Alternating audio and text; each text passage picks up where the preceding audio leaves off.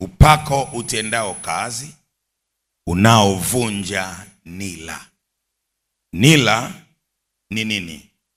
Nila ni kifungo afunguacho mtu na yeye aliyemfunga. Isaya sura ya 10 ule mstari wa 27.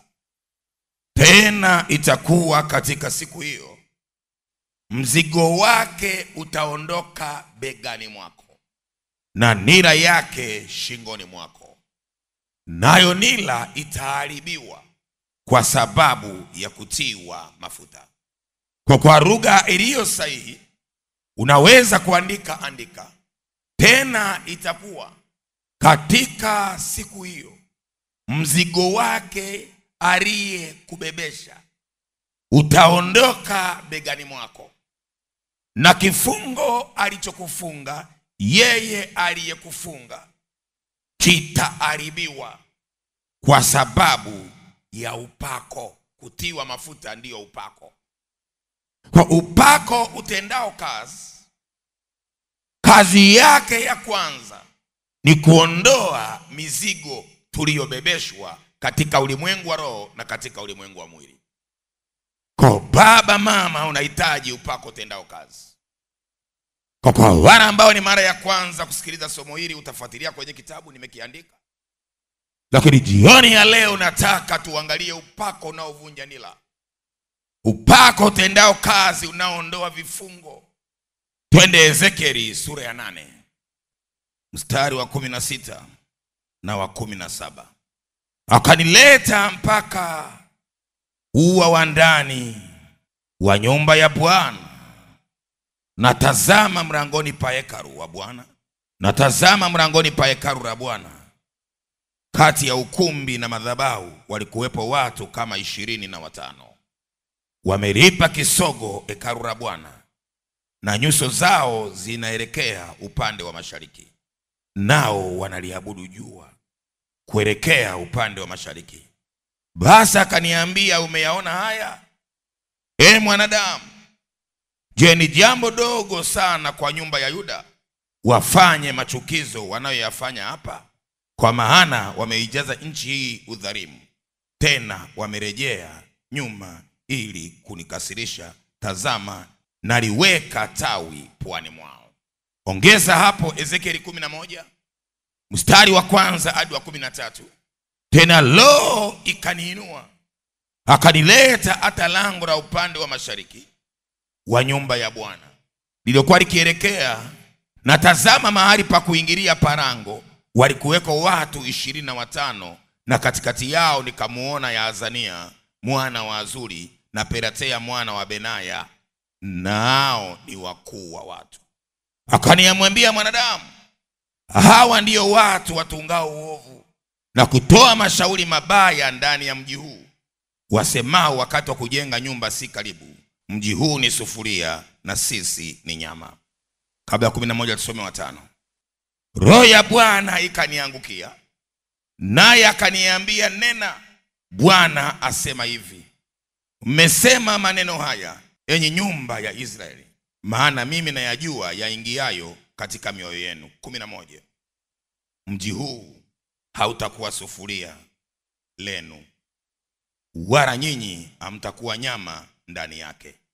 Nitawahukumu katika mpaka wa Israeli, nanyi mtajua ya kuwa mimi ni Bwana, kwa maana hamuendi katika amri zangu, wala hamkuzishika hukumu zangu, bali mmetenda mambo haya kama hukumu za mataifa wanaowazunguka.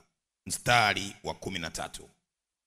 Ikawa nilipotoa unabii, Pelatia mwana wa Benaya akafa.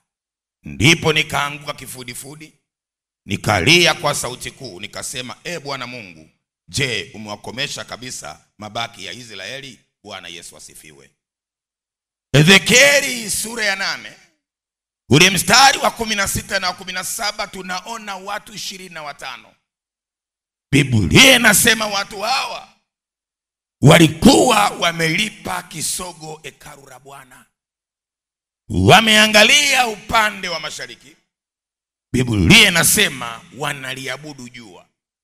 Maana yake hao watu walikuwa wanaroga. Lakini kitu ambacho wakifanya, waliliwekea zuio.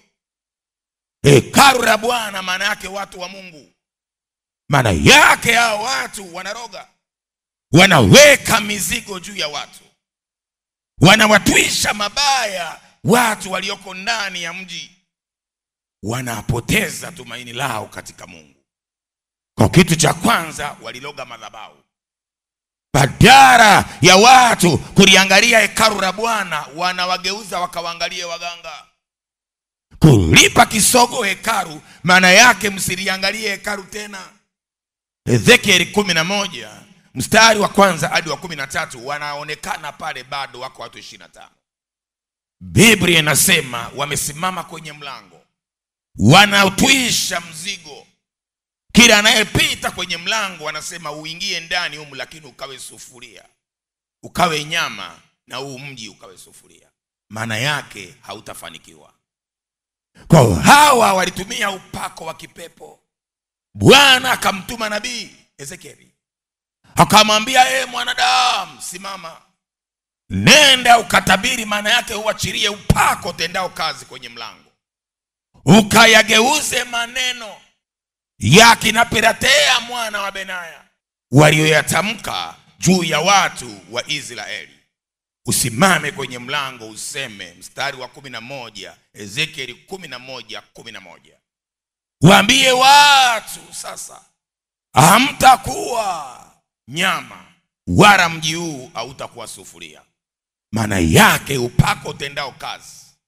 Kazi mojawapo ni kugeuza yale matamko mabaya yanayofunga watu katika ulimwengu wa roho na kuwaacha huru. Kazi ya upako tendao kazi ni kugeuza laana kuwa baraka. Simple like that. Yale matamko ambayo yametamkwa, walitamka kwa upako wa kipepo, wewe wanatumia upako wa kimungu kugeuza. Na ibada ya leo tunakwenda kugeuza yaliyotamkwa juu yako kwa jina la Yesu Kristo. Kwa hivyo baba, mama, unahitaji upako tendao kazi ambao unavunja nila. Nimesema nila ni kifungo afunguacho mtu na yeye aliyemfunga. Kwa hawa kina Piratea walikaa kwenye mlango kuwafunga wana wa Mungu. Wana wa Mungu hawakujifunga, walifungwa. Ezekieli 11 mstari wa 5, roho ya Bwana ikaniangukia. Huo ni upako. Roho ya Bwana ikaniangukia. Bwana anamwambia sasa, nenda pale pale kwenye mlango, pale pale kwenye biashara, pale pale penye matatizo, simama pale pale utoe tamko, utabiri. Unahitaji upako tendao kazi ili utumie kazini kwako. Mahali ambapo watu wabaya wanasema hautafanikiwa, simama pale pale, tangaza kufanikiwa kwako. Watu hawa walisimama kwenye mlango wakasema, baba, mama, unahitaji upako. Bwana anasema Isaya 10:27, mzigo wako utaondoka. Mzigo uliobebeshwa utaondoka. Kwa huna sababu ya kukaa kwenye ibada na mizigo. Leo mwambie Bwana, huu mzigo niliobeba miaka na miaka, leo nataka uondoke. Kuna watu wana mizigo ya magonjwa, kuna watu wana mizigo ya shida. Kazi ya upako tendao kazi ni kuondoa kila nila iliyokufunga. Kwa nila moja hapo inayoondolewa ni nila ya maneno. Kwa wale waliofungwa wakatamkiwa mabaya, watumie upako tendao kazi kuyafuta na kuyatangua hayo mabaya yasiwepo kwako. Zaburi ya 33:10-11. Bwana huyabatilisha, Bwana huyatangua maneno ya watu. Yako maneno ya watu yamesimama juu ya kanisa, yamesimama juu ya kazi yako. Leo mwambie Bwana, kwa upako tendao kazi, leo kila nila inaondoka. Nila ni kifunga funguacho mtu na yeye aliyemfunga. Maana yake anapokufunga anataka uwe kama anavyotaka uwe. Leo Mungu akikufungua utakuwa unavyotaka uwe, na Mungu akikufungua anataka uwe kama anavyotaka uwe. Ndio maana Yesu anasema, nila yangu ni laini, mzigo wangu ni mwepesi. Kwa yoyote aliyefungwa na maneno ya kiganga na maneno ya kichawi, dawa ya hayo maneno, omba upako utendao kazi uwe juu yako. Mwambie Bwana, leo nitie mafuta nifute hayo maneno. Roho ya Bwana ikaniangukia. Huwezi kushindana na malango ya kuzimu bila kuwa na upako utendao kazi. Roho wa Bwana akaniangukia. Ezekieli 11:5. Roho wa Bwana akaniangukia. Kwa yule Roho wa Bwana alipomwangukia, ndipo akapata nguvu ya kutabiri. Tunayo nafasi kwenye ibada ya leo kuambia upepo uliovuma vibaya, magonjwa yaliyoweka kwa tamko, tunamwambia Bwana, leo tunageuza kwa upako utendao kazi. Kazi ya tatu ya tatu ya upako utendao kazi. Upako utendao kazi ukiwa juu yako, Bwana atakuondolea roho ya mahangaiko isiwe juu yako kimwili. Ninaposoma roho ya mahangaiko, ninaongelea kwa upande wa maisha. Unaishi maisha ya kustilago. Isaya 10:27. Mzigo wake utaondoka na nila yake itaharibiwa kwa sababu ya wewe kutiwa mafuta. Isaya 10:27. Maana yake aliyebebeshwa mzigo wa mahangaiko, huo mzigo unaondoka kwa sababu umetiwa mafuta. Haya sio mafuta ya chupa. Huu ni upako utendao kazi juu ya mtu. Yeremia 17:7 hadi 8. Andika. Kuna watu wanakusudia mabaya kwenye huduma yako, kwenye biashara yako, kwenye kazi yako, kwenye ndoa yako. Nataka nitangaze leo, unakwenda kutiwa mafuta. Hayo mabaya hayataingia kwako, hayataingia kwa watoto, hayataingia kazini. Sema amina kama unanielewa. Zaburi 91:10-12. Soma. Bwana anasema mabaya hayatakupata wewe. Maana yake katika ulimwengu wa roho kuna mabaya, katika ulimwengu wa mwili kuna mabaya. Baba, mama, kwa sababu umetiwa mafuta, Yesu ananiambia nikwambie, mwezi wa 7 mabaya hayatakupata wewe, hayatawapata watoto wako, hayatapata familia yako, hayatapata kanisa lako. Kama unaelewa sema amina ya kueleweka. Mabaya hayatakupata. Narudia tena, mabaya hayatakupata. Yawe yanatoka kwa mjomba, kwa shangazi, kwa babu, yanatoka mtaani, natangaza mabaya hayatakupata wewe, hayatawapata watoto wako, hayatampata mbe wako, hayatalipata kanisa lako. Kama unanielewa, by power, by force, sema amina ya kueleweka. Mabaya hayatakupata. Hata kama wametangaza mwezi wa 7 hautaumaliza, Biblia imeniambia kwa sababu umetiwa mafuta, mabaya hayatakupata wewe, mabaya hayatakupata wewe, magonjwa hayatakupata wewe, hasara haitakupata wewe, kifo hakitakupata wewe. Sema amina kwa jina la Yesu. Mabaya hayatakupata. Inua mikono yako juu, sema Bwana Yesu, leo nayakataa mabaya kwenye maisha yangu. We mabaya ulikotoka, leo nakurejesha mara 7 ndani ya nyumba yangu. Utaingia kwenye biashara yangu. We mabaya hautaingia kwa jina la Yesu. Na kuamuru we mabaya, na kutumia upepo wa mashariki ukupeperushe. Piga makofi ya shangwe na vigeregere.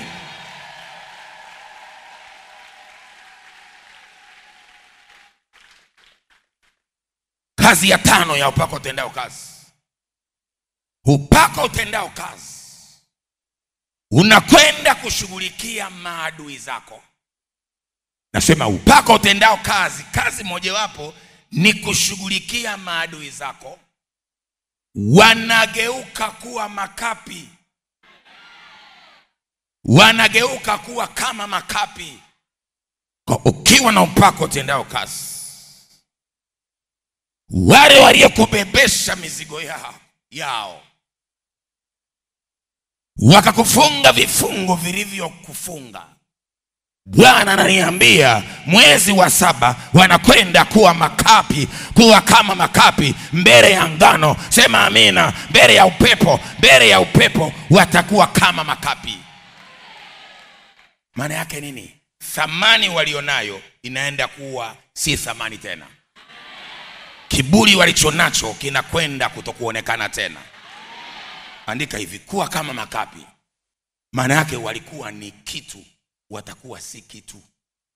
Isaya 10:27, kwa sababu umetiwa mafuta, mzigo wake utaondoka begani mwako, na nira yake itaondoka, kwa sababu umetiwa mafuta. Kazi ya 6 ya upako tendao kazi. Inua mikono yako, sema Bwana Yesu, wale wanitesao wawe kama makapi, wawe kama makapi, wawe kama makapi, wawe kama makapi mbele ya upepo. Kuanzia leo watesi wangu hawatasimama tena, kwa sababu nimetiwa mafuta. Kazi ya 6 ya upako tendao kazi. Kazi moja wapo ni kuharibu nguvu ya mauti, yani kifo. Isaya 10:27, mzigo wake utaondoka begani mwako, na nila yake itaharibiwa, kwa sababu ya wewe kutiwa mafuta. Kwa kitu kinachoharibiwa pale ni kifo. Hosea 13:14. Hosea 13:14. Nitawakomboa na nguvu. Bwana anasema nitawakomboa na nguvu za kaburi. Nitawaokoa na mauti. Nitawaokoa na mauti. Tosha. Kwa sababu Bwana amekutia mafuta. Kitu kimoja wapo anachokwenda kufanya kwako, kama kuna mauti iliyoruka usiku, iliyoruka asubuhi, iliyotumwa ilikotokwa, inakwenda kuharibiwa kabla haijaingia nyumbani mwako, kabla haijaingia kwa watoto wako, kabla haijaingia kwenye biashara yako. Hiyo mauti inakwenda kuharibiwa. Anayenielewa aseme amina kwa jina la Yesu, kwa sababu umetiwa mafuta. Kwa hiyo hautakufa. Sema Bwana, kwa sababu umenitia mafuta, mimi na uzao wangu na mali zangu hatutakufa, bali tutaishi. Makofi ya shangwe. Kwa kuna kifo kimeamriwa, iwe ni kwako, iwe ni kwa watoto, iwe ni kwenye kazi. Kwa sababu umetiwa mafuta, hicho kifo tunakiambia bye bye. Kwa hiyo hata kama dalili ulizonazo ni za kufa, haufi kwa sababu ndugu zako hawataki ufe, haufi kwa sababu umemeza dawa nyingi, haufi kwa sababu umetiwa mafuta. Mzigo wake wa kifo utaondoka mwilini mwako, na kifungo alichokufunga kitaharibiwa kwa sababu ya kutiwa mafuta.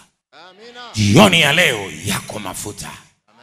Nasema jioni ya leo Bwana akutie mafuta. Wewe uliandikiwa kufa, mwezi wa 7 hautakufa, mwezi wa 8 hautakufa, mwezi wa 9 hautakufa, mwezi wa 10 haufi, mwezi wa 11 hatufi, mwezi wa 12 hatufi. Sikia, nitataja mwezi, wewe unasema sifi. Mwezi wa 7 sifi, mwezi wa 8 sifi, mwezi wa 9 mwezi wa 10 mwezi wa 11 mwezi wa 12. Piga makofi, hatufi. Kwa Bwana anasema mauti inayoruka katika upepo haitaingia kwako. Kwa kazi mojawapo ya upako tendao kazi ni kuondoa kifo kwa mtu. Jioni ya leo Mungu akupake mafuta. Maana yake hii nguvu ikiwa ndani mwako, utaiambia mauti nyamaza na itanyamaza. Sababu ya 7, upako utendao kazi ukiwa juu yako utakufungulia mlango na marango ya kutajirishwa, ya kuwa tajiri. Upako utendao kazi mojawapo ya 7 ni kukufanya wewe uliye na upako uwe tajiri. Mithali 8:17 hadi 21, soma. Na wapenda wale wanipendao, na wapenda wale wanipendao, na wale wanitafutao kwa bidii, na wale wanitafutao kwa bidii wataniona. Jioni ya leo Bwana Yesu aonekane kwako, aonekane kazini kwako, aonekane kwenye familia yako, aonekane kwenye biashara yako. Leo Yesu aonekane. Endelea. Utajiri na heshima ziko kwangu, naam utajiri udumuo. Bwana anasema utajiri na heshima viko kwake.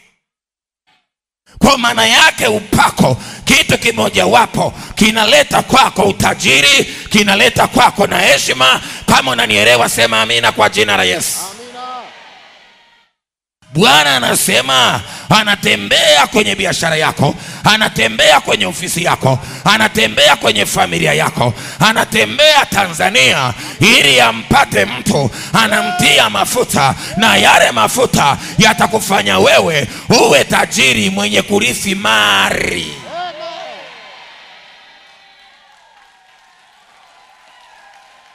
Na wapenda wale wanipendao, sio wafe. Baba mama umetiwa mafuta, sio ya kuimba nyimbo za maombolezo. Kwa kitu kimoja wapo ambacho Bwana anakiachilia kwako niwe kuwa tajiri.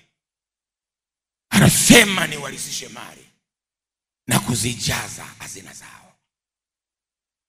Maana yake utakuwa na mali yenye akiba ndani. Usipojua kazi ya upako utautumia. Kumbukumbu ya Torati 8:18. Anasema mimi ndimi Bwana Mungu wako, nikupaye nguvu za kupata utajiri. Yeye ndiye anayekuwezesha katika kile ukifanyacho kipate matokeo.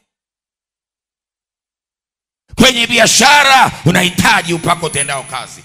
Kwenye elimu unahitaji upako utendao kazi. Kwenye huduma unahitaji upako utendao kazi ukusaidie kupata utajiri katika vyote. Biblia inasema utajirishwe katika mambo yote. Ya 8, upako utendao kazi ukiwa juu yako, au ndani ya kanisa au ndani ya taasisi, unaondoa roho ya kufa na kuzaa mapooza kwenye mfumo. Upako utendao kazi ukiwa kwenye kampuni, upako utendao kazi ukiwa kwenye kanisa, upako utendao kazi ukiwa kwenye familia, hiyo familia haitazaa kufa wala kuzaa mapooza. Kitabu cha Kutoka 23 mstari wa 25 hadi 26. Nanyi mtamtumikia Bwana Mungu wenu, naye atakibarikia chakula chako na maji yako.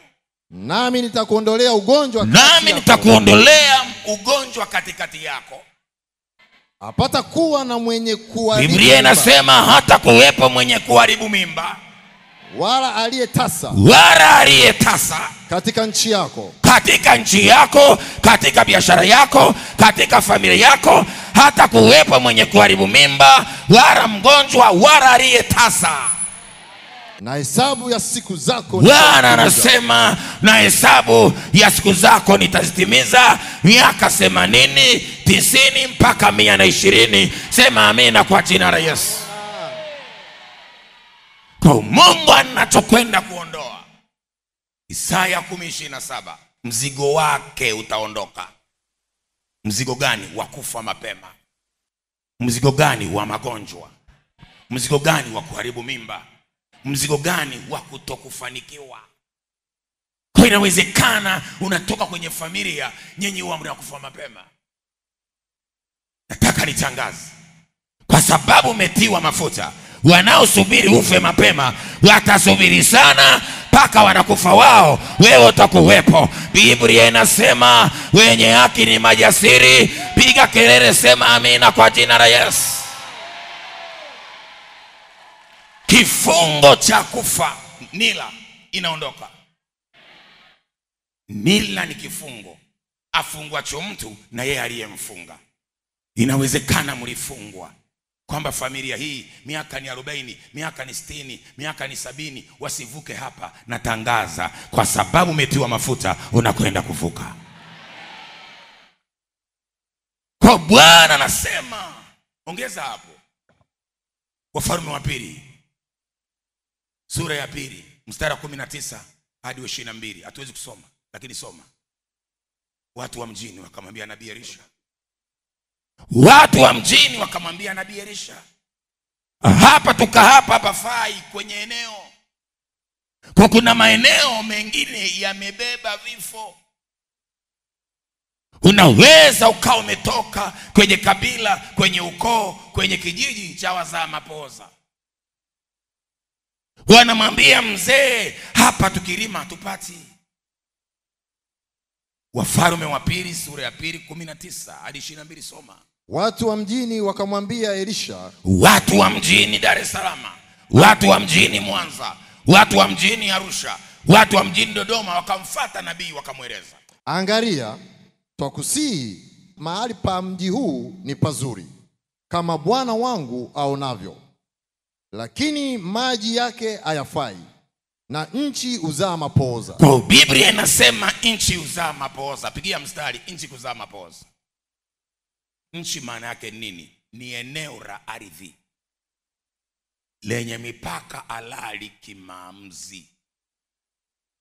Tanzania ni nchi, maana yake ni ardhi.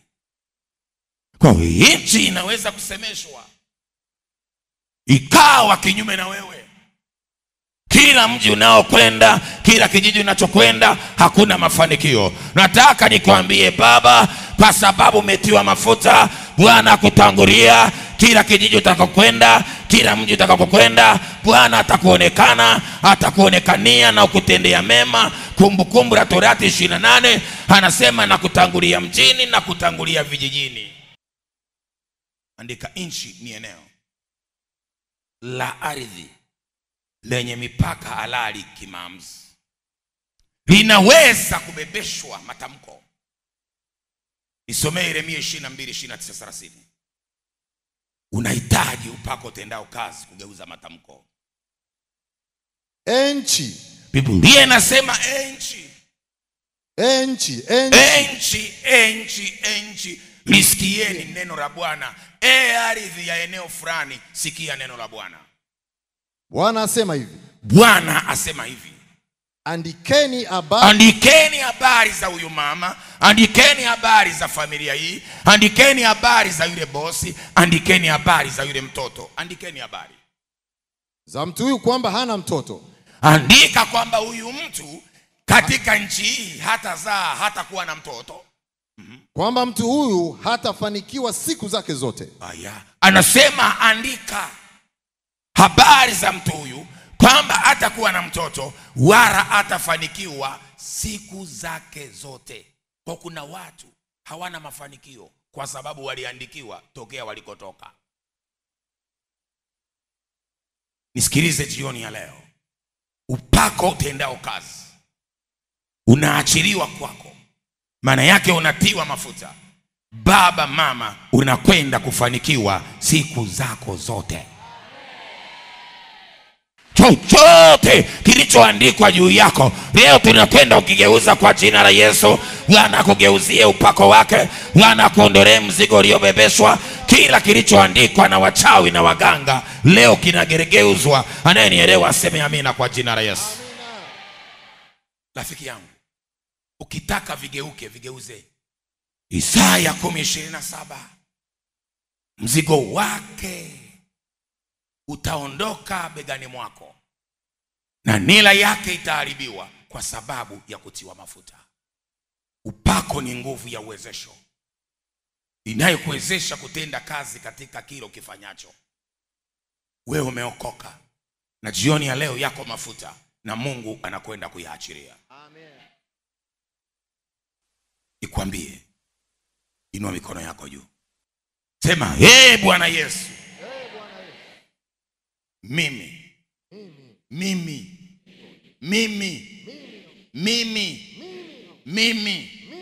Mimi nitafanikiwa siku zangu zote.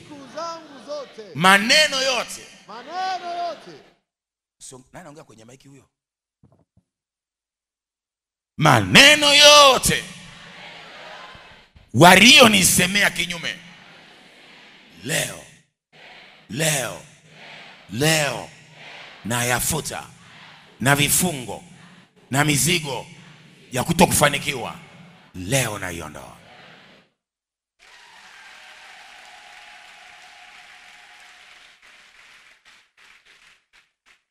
Ili ufanikiwe, tumia upako tendao kazi. Kitabu hiki nimekiandika, kina vitu vizito. Upako tendao kazi ukiwa kwako unageuza mambo, na leo Mungu ageuze mambo. Sasa mambo ya kuzingatia. Jambo la kwanza, ili upako tendao kazi ufanye kazi, lazima uwe na imani juu ya upako huo. Uwe na imani. Usitumainie mafuta ya kwenye chupa, uwe na imani. Waefeso 3:20. Uwe na imani juu ya upako huo utendao kazi ulioko ndani mwako, kwa sababu umetiwa mafuta. Waefeso 3:20. Basi atukuzwe yeye, Biblia inasema basi atukuzwe yeye awezaye kufanya mambo yale kuliko yote tuyaombayo au tuyawazayo. Upako huo, yale tuyaombayo au tuyawazayo. Maana yake kuna extra, kuna nguvu itendayo kazi kubwa zaidi. Kwa kadiri ya nguvu itendayo kazi ndani yetu. Anasema kwa kadiri ya nguvu itendayo kazi toka ndani mwako. Kwa huu upako utendao kazi haukai kwenye begi, unakaa ndani mwako. Kwa imani utamke hayo mambo 8 yatatendeka. Jambo la pili la kuzingatia, upako utendao kazi, andika, unafanya kazi ndani mwa sadaka. Utaki mabaya, toa sadaka. Utaki kufa, toa sadaka. Utaki mahangaiko, toa sadaka. Kile unachokiomba kisindikize na sadaka. Nyakati wa kwanza 16:28-29. Mpeni Bwana enyi jamaa za watu. Mpeni Bwana enyi jamaa za watu. Mpeni Bwana utukufu na nguvu. Mpeni Bwana utukufu na nguvu. Mpeni Bwana utukufu wa jina lake. Mpeni Bwana utukufu kwenye jina lake. Leteni sadaka mje mbele zake. Leteni sadaka mje mbele zake. Kwa yeye anayekwenda mbele za Bwana asiende bila sadaka katika lile analotaka upako ufanye kazi. Andika maneno haya, yatakusaidia kesho. Una jambo lako tayari ndani, una upako, unataka kulisukuma kwa maneno, lisukume kwa maneno, lisukume na kwa sadaka. Tumbo halizai, sukuma kwa maneno, sukuma na kwa sadaka. Amen. Kwa kuna jambo lako unalisukuma kwenda mbele za Bwana, lazima ulitolee nini? Sadaka. Na jioni ya leo ilikuwa naachilia somo linaitwa upako tendao kazi. Sasa nini ninachokisema kwako? Nataka nikuombe. Niombe kidogo, dakika chache. Inua mikono yako juu. Mpe Bwana makofi kwanza.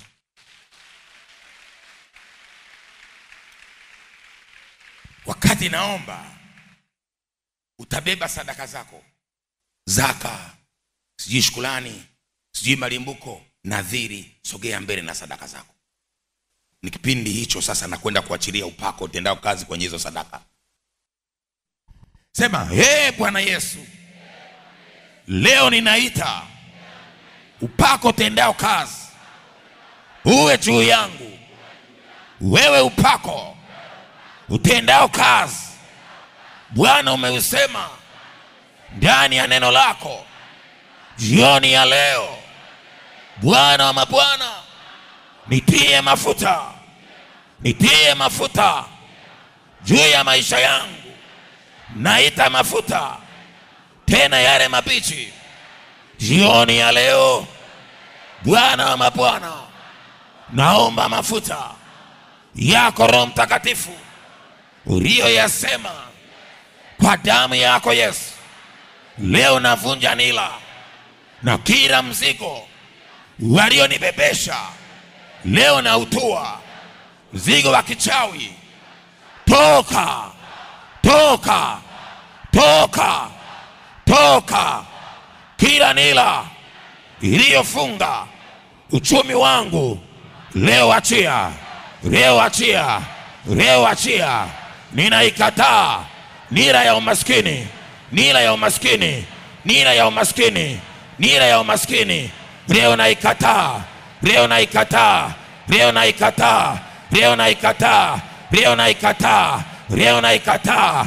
Nira ya magonjwa, leo naikataa. Nira ya madeni, leo naikataa. Nira ya kansa, leo naikataa. Nira ya kisukari, naikataa. Anza ukataa, anza ukataa. Kila nila, kila nila, kila nila waliokubebesha, walifunga mama, walifunga maisha yako kwa damu ya Yesu Kristo. Orabaka sakarama, orabaka sakaraba. Leo naachilia mafuta, leo naachilia mafuta, leo naachilia mafuta, leo naachilia mafuta, leo naachilia mafuta, leo naachilia mafuta. Yanashuka ndani mwako. Tunavunja kila nira, nira ya kiganga, toka achilia. Nira ya kipepo, toka achilia. Nira ya kichawi, toka achilia. Nira ya kijini, toka achilia kwa damu ya Yesu Kristo. Inua mikono yako. Wewe uliyetupiwa magonjwa, yaambie magonjwa, nimetiwa mafuta, hautakaa ndani mwangu kwa damu ya mwana kondoo. Kila nira inaondoka. Nira ya uganga, nira ya maneno, walitamka maneno, hautajenga, hautamiliki chochote.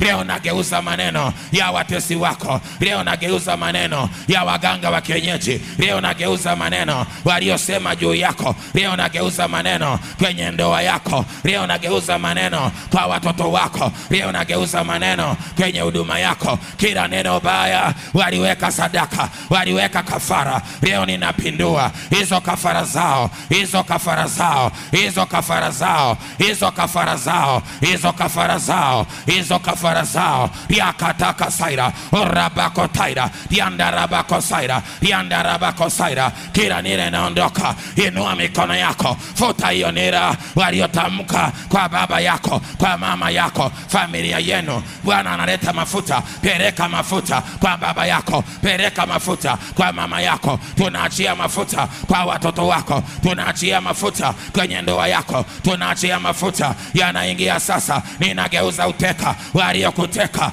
Omba mama. Yakataka saira, yakataka saira, orabaka saira, oramaka saira. Kila nira inaharibiwa. Naharibu nira, nira ya kuzalia nyumbani, nira ya kutokuolewa, nira ya kutokuzaa, nira ya kutokuinuka, nira ya kutokusoma, nira ya kutokuendelea. Leo tunaiondoa hiyo nira. Yakataka saira, walitamka, walifunga njia panda. Naondoa nira. Kila mzigo naondoka, kila mzigo naondoka. Yakabaira bori. Inua mikono yako. Futa hiyo mizigo yao, futa hiyo mizigo yao, futa hiyo mizigo yao. Indarabarabaraba. Yakataka sakaraba, orabaka sakaraba. Tamka neno juu yako, tamka neno kwenye ndoa, tamka neno. Bwana, ondoa kila nira, tunaondoa kila nira. Irarabaka isaba, yakataka sairaba. Walitamka maneno, maneno mabaya yanakuandama, wamekupa kisogo. Waambie leo nafuta upepo, kila nguvu yao na kila majini yao. Natuma Bwana upako wako wawe kama makapi, wapeperushe tuma upepo wa mashariki uwapeperushe. Naondoa mabaya kwenye ndoa yako, naondoa mabaya kwenye nyumba yako.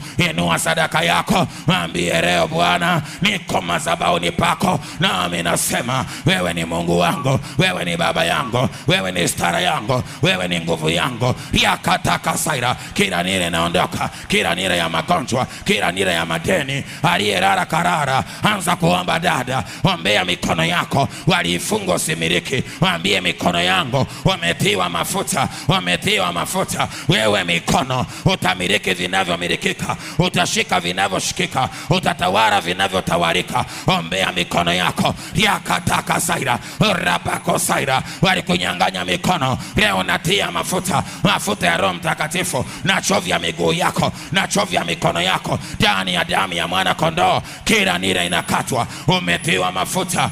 Inua mikono yako, inua mikono yako. Rokotaka saira, yakataka saira. Kila nguvu iliyokuzuilia walikatisha maisha yako, natangaza leo, I declare now, hautakufa, hautakufa, hautakufa, hautakufa. Kifo ondoka, mauti ondoka, kaburi ondoka, magonjwa ondoka. Inua mikono, toa tamko, toa tamko, toa tamko, toa tamko. Waliokutesa, toa tamko.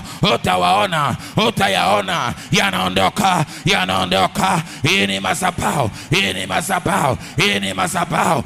Inua sadaka, semea sadaka. Ikataka saira, yakataka saira, orabako saira, yakataka saira, orabaka saira, orabaka saira, yandarabakosa, yandarabakosa, yakataka saira, oramaka saira, orabako saira. Tunapiga upepo, pepo wa mashariki, tunapiga upepo, pepo wa kichawi, tunapiga upepo, pepo wa kiganga walioleta kwako ili kubebesha mizigo. Hicho kifua chako na hiyo miguu yako leo inaachiliwa. Roho wa Bwana Mungu leo juu yangu, amenitia mafuta. Pokea mafuta ya Roho Mtakatifu, pokea mafuta toka mbinguni. Nira yake inaharibiwa, mzigo wako unaondoka kwa jina la Yesu. Inua mikono yako, toa tamko, na achilia upako tendao kazi kwa damu ya Yesu Kristo, kwa damu ya Yesu Kristo. Funguka sasa. Orabaka saira, orabaka saira, orabaka saira, rimba taka saira. Inua mikono yako, ponyaji unaingia kwako, hautakufa bali unakwenda kuishi. Rikataka saira bo, oramaka saira bo. Piga makofi, inua mikono yako juu. Ongeza makofi ya shangwe. Sikia, adui ni mbaya. Unaweza kafa bila kuugua. Kataa kifo, kiambie sitakufa kwa sababu nimetiwa mafuta. Sitapata ajali ya aina yoyote kwa sababu nimetiwa mafuta. Sikiliza, mpe Bwana makofi.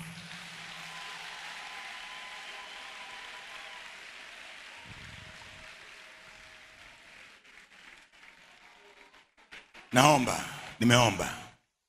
Mpe Bwana makofi. Tutakapokuwa tunamaliza ibada hii, utatoa sadaka, iwe kubwa ama ndogo, ya kukataa mauti na ajali. Mwisho wa ibada hii tutakuwa tunatoa sadaka. Tunakataa ajali, tunakataa vitu viwili na mauti. Ukisema siumwi, mimi sijakwambia kama unaumwa. Ninasema ninachosemeshwa. Mimi nakupitisha kwenye fimbo. Naongea ninachokielewa. Umeona juzi gari limeunguza watu, abiria wote wameungua ndani ya gari. Wiki iliyopita. Shika bahasha yako mkononi. Chukua bahasha yako, nyanyua juu na iombea. Una mwanao yuko nje ya nchi, mtolee sadaka. Una mume wako hayupo hapa, mtolee sadaka. Shughulika na ajali kwenye familia. Shughulika na ajali kwenye uzao wako. Usiishie kwako. Wanaweza kapiga mtoto karara chini wewe. Naongea na kanisa la Bwana. Inua mikono. Asante Yesu. Asante Yesu. Hata mtoto mdogo mpe. Usiache mtu kwa sababu ya umri. Nyanyua mkono. Naiona neema. Naiona neema. Naiona neema. Kuna kitu kinatendeka wakati namaliza. Sikia. Leta niweke mkono. Baba, tunakataa ajali, tunakataa mauti kwa jina la Yesu. Inua bashi yako. Baba, ni imani inayobeba upako tendao kazi. Huyu mtu na wala nao waombea hawatapatwa na mabaya, hawatapatwa na ajali. Narudia, hautapatwa na ajali, hautapatwa na msiba, hautapatwa na mabaya. Sema, hey Yesu, nimesikia. Mwisho wa ibada hii nitatoa sadaka. Amina. Kana bashi yako utaweka sadaka yako mwisho wa ibada hii.